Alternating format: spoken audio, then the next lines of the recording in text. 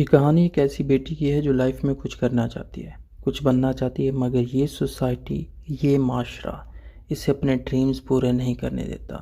दूसरी तरफ ये सोसाइटी बेटे के लिए हर किस्म का ड्रीम ख्वाब पूरा करने के लिए पूरा सपोर्ट करती है। आखिर क्यों बेटे और बेटी के लिए अलग कानून बनाए गए?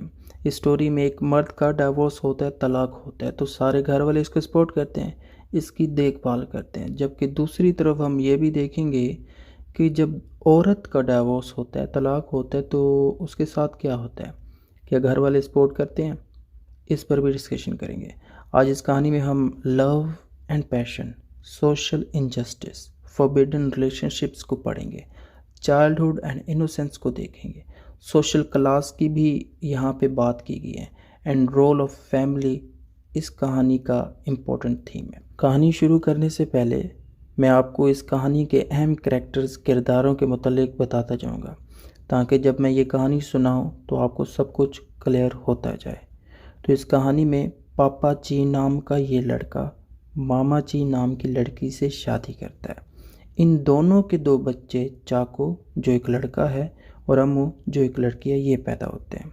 अगर चाको की बात करें तो ये बड़ा होकर मार्गरेट नामी लड़की से शादी करता है और चाको और मार्गरेट की एक बेटी पैदा होती है जिसका नाम सोफ़ी होता है। चाको की बहन अम्मू बाबू नाम के बंदे से प्यार करती है। अम्मू और बाबू के दो बच्चे पैदा होते हैं, एक का नाम राहिल और दूसरे का नाम एस्ता होता है। और आखिर पर इस कहानी की मेन विलन, जिसका नाम बेबी कोचम्मा है, ये औरत पापा जी की बहन है, मतलब चाको और अम्मू की आंट हो गई। ये सब करैक्टर्स आपसे रिक्वेस्ट है कि 2 दफ़ा सुनिएगा, ताकि जब मैं ये कहानी सुनाऊं तो आपको सारा समझ में आ जाए। तो चलते हैं अपनी कहानी की तरफ, स्टार्ट करते हैं, बाकायदा देखते हैं कि क्या होता है इस कहानी में और ये करैक्टर्स कहाँ कहाँ पे किस तरीके से अपने एक्ट को अदा करते हैं। ये साल 1969 का है। हमारी ये कहानी इसी साल इंडियन स्टेट केरला के टाउन अयनम से स्टार्ट होती है। इस टाउन में एक अमीर क्रिश्चियन फैमिली अयप रहती है। कहानी के शुरू में हमें 2 बहन भाई खेलते हुए नज़र आते हैं। भाई का नाम ऐस्ता है और बहन का नाम राहिल है। इन दोनों की एज 7 साल है। पापा जी, ये जो करैक्टर है ना, ये डोमेस्टिक वायलेंस को यहाँ पे शो कर रहा है। कैसे शो करता है मैं बताता हूँ। पापा जी की शादी, जैसे मैंने आपको पहले बताया, मामा जी से होती है। और ये जो पापा जी है ना, ये अक्सर अपनी वाइफ मामा जी को मारता है। इन दोनों के दरमियान नफ़रतों का जो पहाड़ था ना, वो जन्म ले चुका था शुरू से। और इसी पहाड़ के साए में ना इन दोनों की बेटी अम्मू और एक बेटा चाकू पैदा होता है। और हाँ, इस कहानी में ना हमें एक सरफिरा सा एक करैक्टर नज़र आता है जिसका नाम बेबी कुचम्मा है। अब बेबी कुचम्मा जो है ना, ये किसी अजूबे से काम नहीं है। अपनी जवानी के दिनों में ना इसे फादर मुलिगन नाम के बंदे से तूफ़ानी प्यार होता है। बहुत से लोग प्यार करते होंगे, आप भी किसी से प्यार करते होंगे, मगर कोचम्मा का जो प्यार है ना, वो एकदम अलग था। ये ना फादर मुलिगन को कॉपी में ना आई लव यू लिख कर भेजती थी। फादर मुलिगन इसको पढ़ता और पढ़कर उस कॉपी को रख देता।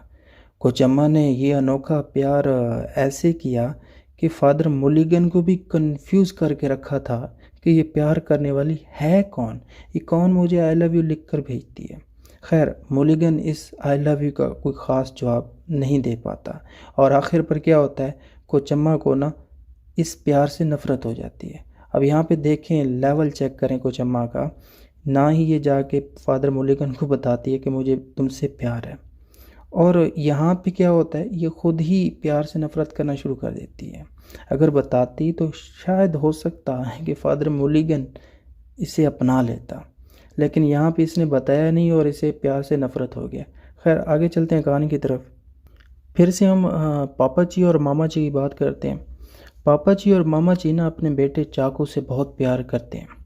पापा जी अपने बेटे चाको को ना कहता है कि बेटा जा जा के ना मेरे ड्रीम पूरे कर। तो चाको क्या करता है, अपने फादर के ड्रीम पूरा करने के लिए ना ऑक्सफोर्ड यूनिवर्सिटी में एडमिशन लेता है। कुछ महीने बाद चाको यहाँ पर ना शादी कर लेता है। ये शादी जो थी ना, ये मार्गरेट से होती है और चाको और मार्गरेट की एक बेटी सोफ़ी मोल पैदा होती है। वक्त गुज़रता है, ये जो शादी थी ना, ये ख़त्म हो जाती है, डाइवोर्स हो जाता है, इन दोनों के दरमियान तलाक हो जाता है। अब डाइवोर्स तो ले लिया, तलाक तो ले लिया, मगर चाकू इसके बाद ना चाइनीज़ लगना शुरू हो जाता है। हाँ, वो ना उदास, अजीब किस्म का उदास रहना शुरू हो जाता है और अजीब किस्म की हालत बना रखी होती है इसने। चाकू की माँ ना ये सब नहीं देख पाती और चाकू के रूम में कुछ लड़कियां भेज देती हैं। चाकू ये सब देख कर ना गुस्से में बाहर निकल आता है और कहता है, माँ ये सब क्या है, लड़कियां क्यों भेजी? तो माँ का जवाब जो होता है ना यहाँ पर आतंकी होता है। कहती है माँ कि बेटा ये सब मैंने इसलिए किया है कि मेरे बेटे को ना सुकून मिल जाए। यहाँ तक उम्मीद करता हूँ कि इस अल्ट्रा लेजेंडरी फैमिली का मेंटल लेवल आपको पता चल गया होगा। अब बात करते हैं फिर से मामा जी और पापा जी की बेटी की। पापा जी ने ना अपने बेटे को, चाकू को, ऑक्सफोर्ड भेज दिया था। वहाँ पर वो पढ़ा और ख्वाब पूरे करके, मतलब गुल खिलाकर वापस आ गया। मगर ये क्या, जब बात अपनी बेटी अम्मू की आती है तो पापा जी का जो डायलॉग है वो सुनने वाला होता है। कहता है कि एजुकेशन जो है ना लड़कियों को ना ख़राब करती है। ये स्कूल और कॉलेज जो है ना ये लड़कियों को ख़राब करने के लिए बनाए गए हैं। और अम्मू तुमने ना स्कूल नहीं जाना, जो करना है घर में रह के करो। अम्मू ये सुनकर ना खामोश हो जाती है। वक्त गुज़रता है, ये करैक्टर जो है ना, ये जो अम्मू है, अपनी ज़िंदगी में बहुत कुछ देख लेती है।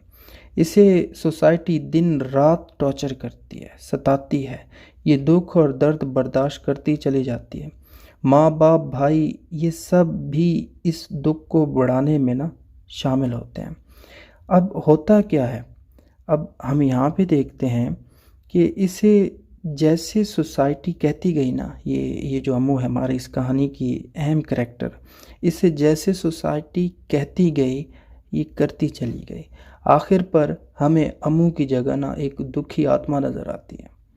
वैसे भी ना मुझे ऐसे लोगों से नफ़रत है, हेट है, जो खामोश तमाशाई बनकर वो काम करते हैं जो दूसरे लोग आकर बताते हैं। ऐसे लोगों की अपनी डायरेक्शन, अपने ड्रीम्स, अपने ख्वाब नहीं होते, बल्कि ये दूसरों के ड्रीम्स और डायरेक्शंस पर चल रहे होते हैं। ये दूसरों के ड्रीम्स को पूरा कर रहे होते हैं। और ऐसे लोगों का ना एंड जो होता है ना, एंड रिज़ल्ट, वो भयानक सा होता है, खौफनाक सा होता है। ये लोग कामयाब नहीं हो पाते। खैर, हमारी ये जो दुखी आत्मा है अपने गमों को कम करने के लिए एक शादी में जाती है। अम्मू जैसे ही इस शादी में आती है तो अम्मू की नज़र ना बाबू नाम के लड़के पर पड़ती है। इन दोनों को आपस में प्यार हो जाता है। आपको बता दूं कि बाबू एक चाय की फैक्ट्री में मैनेजर की जॉब करता है। तो वक्त गुजरता है तो ये दोनों ना शादी कर लेते हैं। शादी के शुरू के दिनों में ये राजा और रानी की तरह रह रहे थे। कुछ टाइम गुजरने के बाद अम्मू को पता चलता है कि ये बाबू तो शराबी है। ये राज खुलने के बाद अम्मू को बहुत कुछ नेगेटिव बाबू के मुतालिक पता चलता जाता है। बाबू अब अम्मू को ना टॉर्चर करने लग जाता है। अम्मू की दुख भरी ज़िंदगी के बादल फिर से मंडलाने लग गए। एक दिन बाबू बहुत परेशान घर में आता है और आती अम्मू को कहता है कि सुनो, तुमने ना मेरी नौकरी बचानी है। हाँ, तुम ही बचा सकती हो। मुझे मेरी नौकरी से निकाला जा रहा है और एक तुम हो जो मुझे मेरी नौकरी वापस दिलवा सकती हो। अम्मू ये सुनते ही ना सोच में पड़ जाती है कि मैं कैसे इसकी नौकरी बचा सकती हूँ। अब ये सोच रही है। खैर, बाबू अम्मू को कहता है कि मेरी नौकरी तब बचेगी जब तुम एक रात के लिए मेरे बॉस के घर जाओगी। बस तुमने ना हमारे इन दोनों बच्चों ऐस्ता और राहिल को बचाना है। मेरे लिए ना करो, बस इन दोनों बच्चों के लिए करो। तुमने बस जाना है और फिर वापस आ जाना है। इसके बाद तुम्हारी ये फैमिली तुम्हारे इन बच्चों के साथ और मेरे साथ फिर से खुश रहने लगी जाएगी और तुम ही ये कर सकती हो। अम्मू जब ये अजीब किस्म की बातें सुनती है तो सुनते ही सकते में पड़ जाती है। ऐसा लग रहा होता है अम्मू को कि ये पूरी दुनिया रुक सी गई है। अम्मू का ये सुनने के बाद कहती है कि बाबू, तुम मुझे कैसे ये कह सकती हो? ये कैसे तुमने सोच लिया? तुम मुझे क्या समझती हो? मेरी मोहब्बत को तुमने तमाशा बना के रख दिया। ये सब कह कर ना अम्मू बाबू से डाइवोर्स लेकर अपने बच्चों के साथ यहाँ से निकल जाती है। और कहाँ जाती है? वापस अपने घर में।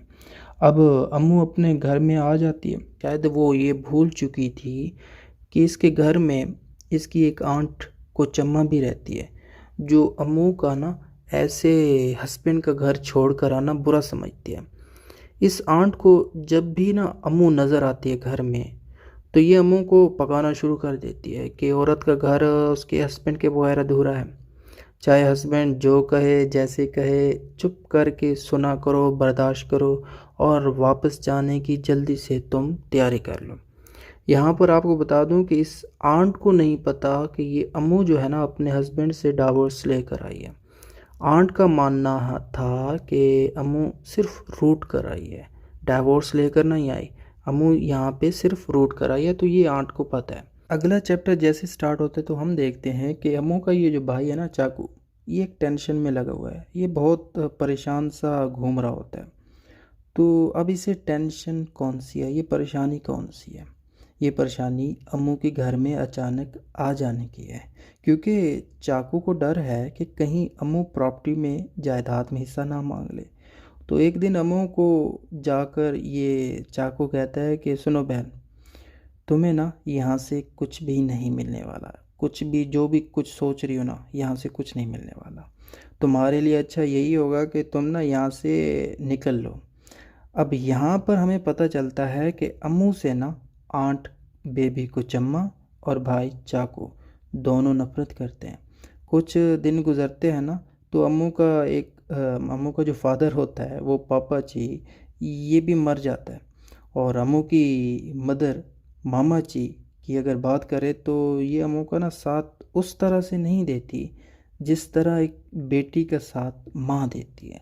आपको याद होगा कि जब चाकू का डाइवोर्स होता है तो उस वक्त मामा जी ने ना अपने बेटे का साथ दिया, बल्कि डिफरेंट फैसिलिटीज़ ये देती है मामा जी। मगर जब बात बेटी की आती है, बेटी की डाइवोर्स की आती है, तलाक की आती है, तो बेटी का कोई भी सहारा नहीं बनता। यहाँ पर सोसाइटी का ये दोगलापन भी हमें नज़र आता है। खैर, इस कहानी के अगले चैप्टर में हम देखते हैं कि अम्मू को हर तरफ से दुख, तकलीफ़ और बहुत सारे चैलेंजेस का सामना करना पड़ रहा होता है। यहाँ पर आपको ये भी बता दूँ कि चाकू ने ना अपनी माँ की हेल्प से एक फैक्ट्री बनाई हुई है। इस फैक्ट्री में ना एक लड़का वेलुथा, जो कि नीच ज़ात का है, ये भी इस फैमिली में आता जाता रहता है और इस फैक्ट्री में परमानेंटली तौर पर काम करता रहता है। तो ये फैमिली का एक हिस्सा सा बन चुका है, लेकिन है नीच ज़ात का, याद रखिएगा। तो एक दिन अम्मू की ना नज़र फिर से वेलुथा पर पड़ जाती है। जैसे वो तूफ़ानी नज़र बाबू पर पड़ी थी ना, तो यहाँ पे वेलुथा पर पड़ जाती है। इन दोनों को ना लव हो जाता है। अम्मू के दिन अब फिर से अच्छे गुजरने लग गए। वेलुथा भी अम्मू की केयर करना शुरू हो गया था, बल्कि अम्मू के बेटे एस्ता और बेटी राहिल की केयर भी ये वेलुथा करने लग गया था। अब यहाँ पर हमें एक फैमिली बनती हुई नज़र आ रही थी, मगर ये क्या ये मुमकिन है कि एक नीच जात का आम सा फैक्ट्री वर्कर, फैक्ट्री में काम करने वाला बंदा एक अमीर, एक वेल्दी लड़की से शादी कर पाएगा? इसी सवाल का जवाब जानने के लिए कहानी को हम आगे बढ़ाते हैं। तो इन दोनों के ना ये जो प्यार के चर्चे हैं, ये जो प्यार की खबर है, सब तक पहुंच चुकी थी, मगर इन दोनों ने ना किसी को अपने प्यार के बीच नहीं आने दिया। मज़ीद क्या होता है ये हम इस कहानी के अगले हिस्से में देखेंगे। तो अब यहाँ पर इस चैप्टर में हम मज़ीद बात करते हैं चाकू की। चाकू के मुतल्लिक मैंने आपको बताया था, फिर से बता दूं कि चाकू ऑक्सफोर्ड जाता है, वहाँ पे वो मार्गरेट नाम की लड़की से शादी करता है और डाइवोर्स हो जाता है। और यहाँ पे जैसे ही डाइवोर्स होता है तो आपको ये भी पता था कि मार्गरेट की एक बेटी होती है, मतलब चाकू और मार्गरेट की बेटी होती है जिसका नाम सोफ़ी था। तो सोफ़ी जो थी वो मार्गरेट के साथ रहती है। तो अब यहाँ पे ये क्या करता है चाकू मार्गरेट को दावत देता है, इनविटेशन देता है कि आओ यहाँ पे और क्रिसमस जो है ना वो हमारे साथ मनाओ, और अपने साथ हमारी बेटी को भी ले आओ जिसका नाम सोफ़ी मोल है। तो अब मार्गरेट सोफ़ी को यहाँ पे चाकू के घर ले आती है। अब ये सारे घर वाले खुश थे, हर तरफ खुशी खुशी नज़र आ रही थी। मगर ऐसे में एस्ता और राहिल ये दोनों यहाँ से भागकर अपने हिस्ट्री हाउस में जाने का प्लान बनाते हैं। ये दो अकेले नहीं जाते, इन दोनों के साथ मार्गरेट और चाकू की बेटी सोफ़ी भी होती है। तो ये तीन कश्ती में बैठ के जा रहे होते हैं। अचानक कश्ती पलटती है, उल्टी हो जाती है, सोफ़ी मर जाती है। चाकू और मार्गरेट की बेटी सोफ़ी मर जाती है और ये दोनों किसी तरह तैर कर, कौन दोनों? ये एस्ता और राहिल, ये किसी तरह तैर कर अपने हिस्ट्री हाउस में पहुंच जाते हैं। जैसे ही पहुंचते हैं यहाँ पे हिस्ट्री हाउस में, तो यहाँ पर पहले से वेलुथा मौजूद होता है। खैर, सोफ़ी के मरने की खबर जब घर तक पहुंचती है, तो यहाँ पर बेबी कुचम्मा के माइंड में ना वेलुथा को फंसाने का ख्याल आ जाता है। तो ये सीधे थॉमस नाम के इंस्पेक्टर से मिलती है बेबी कुचम्मा। उसे कहती है कि सरकार, ये जो वेलुथा है ना, इसने हमारी बेटी अमू का ना रेप किया है।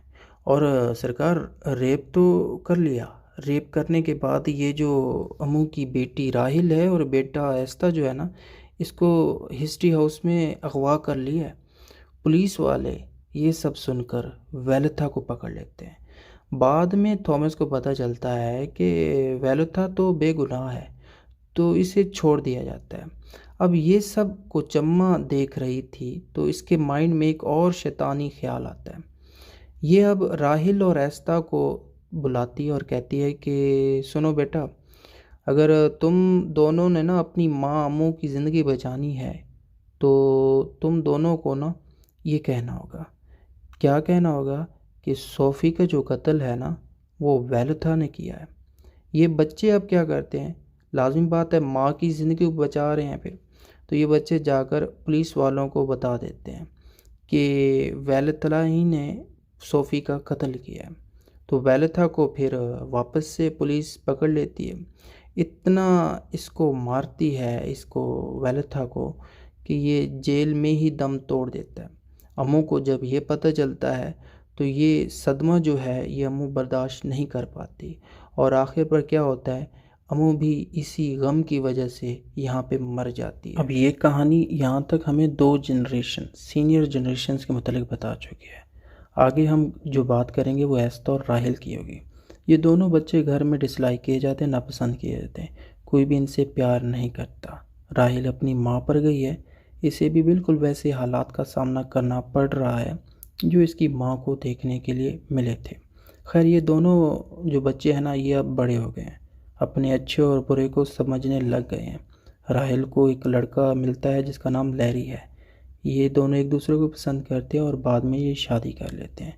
ये शादी ज़्यादा देर नहीं चलती और इन दोनों का डाइवोर्स हो जाता है। और डाइवोर्स होने के बाद राहिल वापस से अपने घर आ जाती है।